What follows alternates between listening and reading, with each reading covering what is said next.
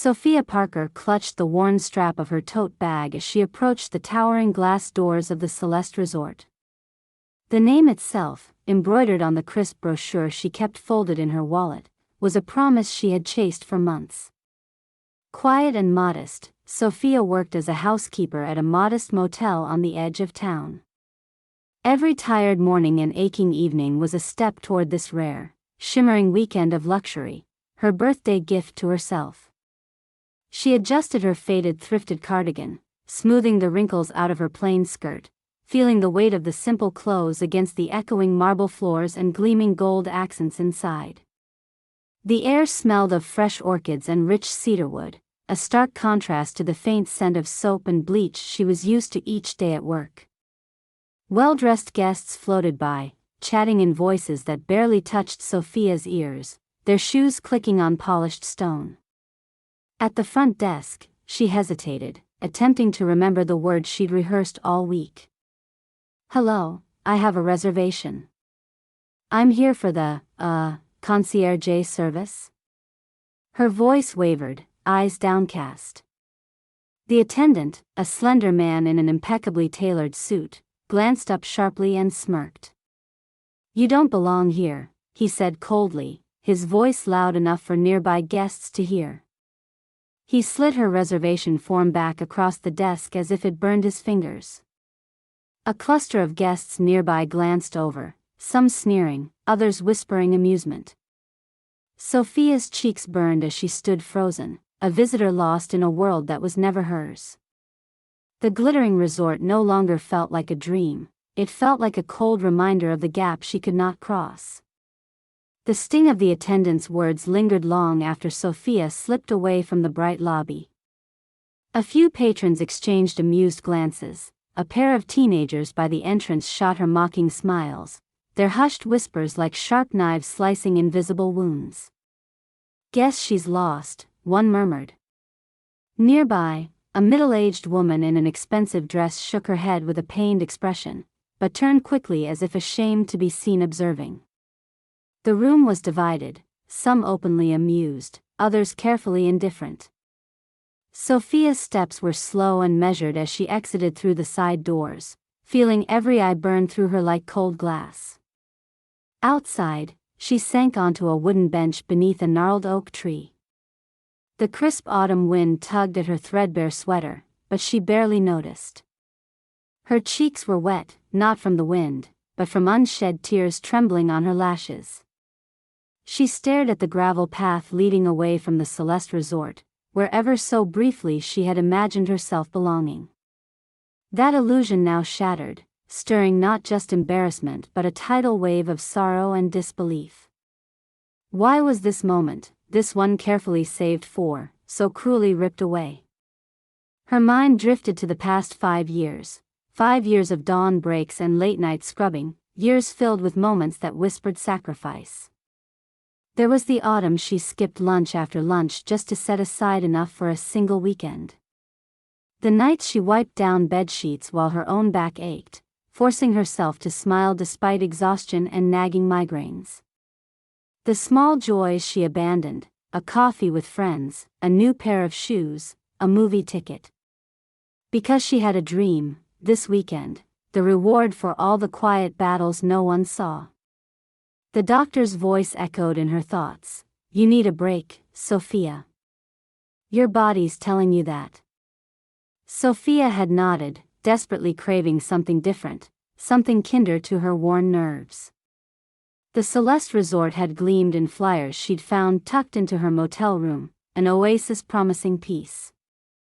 She imagined herself reclining beneath fountains, tasting dishes she'd never dared to dream of, even just for a few hours. But here she sat, the harsh truth settling over her like the cold wind on her shoulders. That dream crushed in front of others, replaced by laughter and sneers. It was as if she, a woman who had endured so much unseen hardship, had been told plainly that none of it mattered. Her hopes were trivial in this glittering world, and her presence was unwelcome. Yet beneath the dull ache, something stirred. A quiet resilience, like embers glowing beneath ash. Sophia thought of the long nights alone after work, the small victories that never made headlines but kept her moving forward. She recalled the way her mother had smiled when Sophia told her about saving for the trip, the pride in her eyes for a daughter who never gave up, even when the world pushed down. The dream had been fragile, but it was hers. She leaned her head back against the bench's worn wood, watching the leaves fall slowly around her. The Celeste lights continued to glow faintly through the trees, a distant reminder that the world might be dazzling, but the true light came from endurance, from the courage to keep trying despite being brushed aside. Sophia closed her eyes, swallowing the lump in her throat. Tears slipped quietly, no longer burning with humiliation but tracing sorrow and resolve. The moment hurt, yes. But she was no stranger to pain.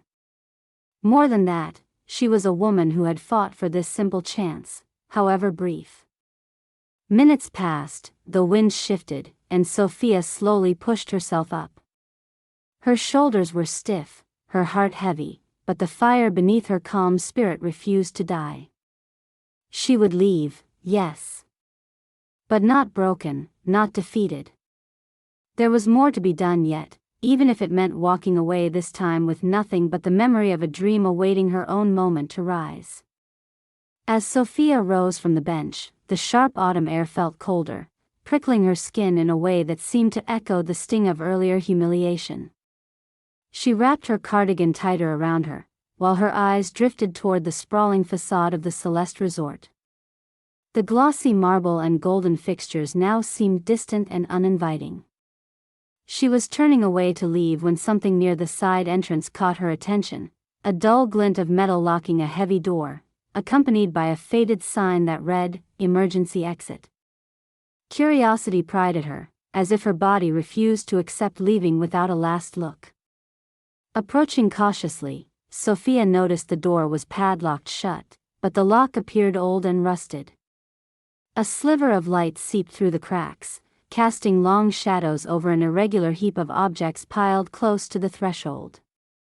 Without intended recklessness, she pushed gently. The door groaned but held firm. Peering through the gap, Sophia's heart sank. The emergency exit corridor, meant to offer a quick route to safety, was crammed with stacked boxes, cleaning supplies, and discarded furniture.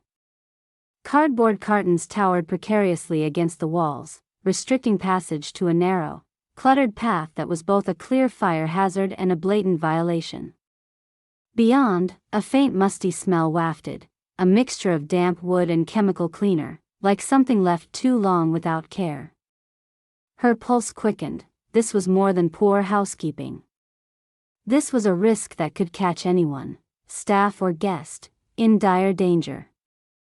Taking a breath to steady herself, she fumbled for her phone and snapped several photos through the door's crack.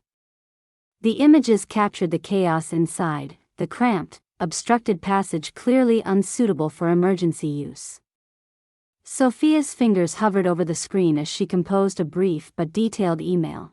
To whom it may concern, I'm sending evidence regarding hazardous conditions at the Celeste Resort's emergency exits. These blocked pathways are a serious safety risk for all guests and workers. As she hesitated to send the message, a voice nearby broke through her focus. Sophia turned to see a startled kitchen staff member adjusting his cap, leaning against the brick wall.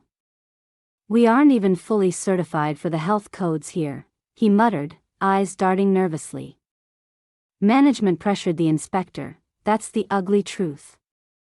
If word ever got out, his voice dropped to a whisper. Sophia's breath caught. This place, wrapped in luxury and pride, held secrets buried beneath the polished surface, threatening safety and well-being. The earlier dismissal of her presence suddenly morphed into something far worse, a careless disregard for people's lives.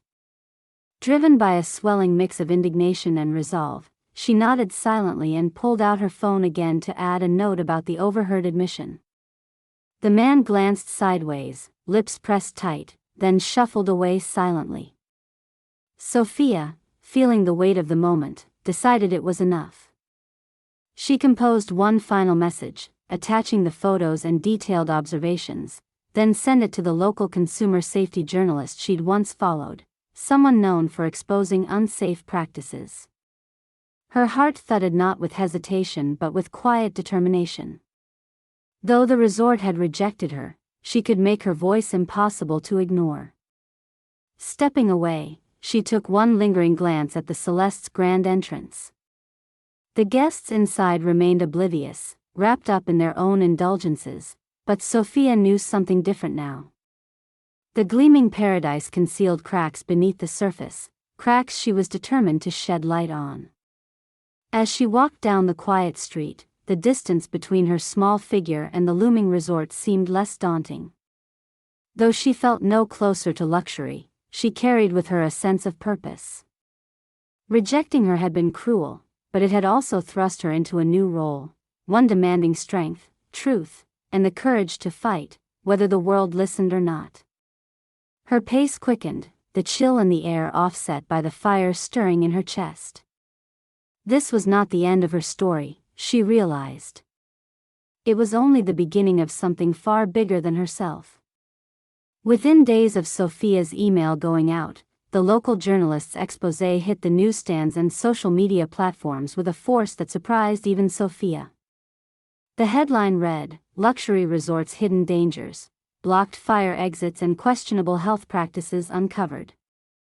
Alongside the riveting text were the photos Sophia had taken, stark images of the cluttered emergency exit corridor, and accounts of the attendant's public dismissal of a guest. The story unfolded rapidly, capturing the public's attention not just for safety issues but also for the raw human element. A woman told bluntly, "You don't belong here," simply because of her appearance. The post exploded with comments. Many shared similar profiles: modest workers, regular visitors to upscale locales who had experienced subtle, and sometimes overt, snobbery. One commenter wrote, "I've been turned away from places like that simply because I didn't fit the image. Thank you, Sophia, for speaking up." Another said, "Safety standards are inexcusable to flout at any level, but it's maddening that it took this humiliating episode to expose them." The Celeste Resort, initially silent, scrambled in the face of the growing storm. Their official statement, posted hastily on their website, expressed deep regret for any discomfort caused and promised an immediate review of safety protocols. The message carefully avoided addressing the allegations of falsified certifications or the attendant's behavior. Instead, it slipped into vague promises of improvement and retraining of staff. A public relations firm was brought in to monitor the fallout, but the damage was already unfolding. City officials weighed in, issuing warnings that inspections would be conducted in response to the public outcry. A week later, health and safety inspectors confirmed multiple violations: blocked emergency exits, improper storage of chemicals in food preparation areas, and lack of certification for key safety systems. Fines were imposed, and the resort's operating license was temporarily suspended until necessary measures were taken. The joyless, gleaming palace had become a cautionary tale. The front desk attendant whose cold dismissal of Sophia had sparked the initial wave of sympathy was suspended and publicly reprimanded. Social media users tracked down his LinkedIn profile and flooded it with criticism.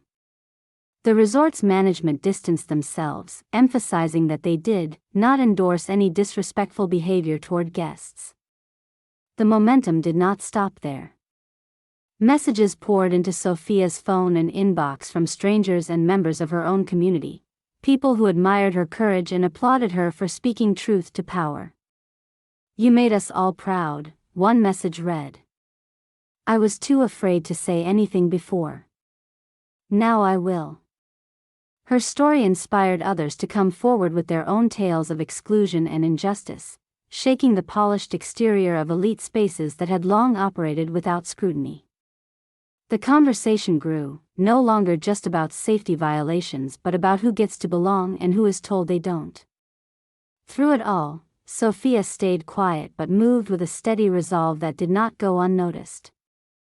The woman who once doubted herself under peers' gazes had ignited a spark of accountability far beyond what she could have expected. Her single act had created a ripple, bringing a measure of fairness where weighty privilege often ruled. The Celeste Resort's owners announced that sweeping changes were underway, including a commitment to hospitality training that emphasized respect and inclusivity. Though many remained skeptical, the resort was forced to reckon with uncomfortable truths and steps toward reform. For Sophia, the intangible reward, a quiet reclaiming of dignity and recognition, was the brightest light of all. She had been told she didn't belong, but her voice had made the world listen. Weeks slipped by, folding into the rhythm of Sophia Parker's familiar routine. She returned to her housekeeping duties at the motel where the worn mop and creaking floorboards had once felt monotonous, but now carried a quiet dignity. Her days began before dawn, and the steady hum of guests coming and going had not changed, yet something inside her had shifted. Walking through the modest halls, wearing the same thrifted clothes, Sophia held her head a little higher, her steps more assured. Her phone buzzed one bright morning as she folded sheets in the laundry room. A message notification glowed on the screen, an official letter from the city's Consumer Safety Office. It was a formal thank you, expressing appreciation for her courage in bringing unsafe conditions at the Celeste Resort to light. Along with the letter was an invitation to speak at an upcoming community forum focused on consumer rights and public safety. For a moment, Sophia just stared, a slow smile spreading across her face. That evening, over cups of sweet tea with her closest friends, Sophia shared the news, laughter bubbling around the small kitchen table. The friends who remembered the day she returned from the resort humiliated, couldn't help but celebrate her triumph now. Her story had given voice to many silent struggles. It was a gentle ripple growing into a wave of change. The resort's management reached out a few days later, sending a formal apology letter expressing regret for the incident and promising to improve staff training and safety protocols. They offered a complimentary stay as goodwill, an attempt to make amends.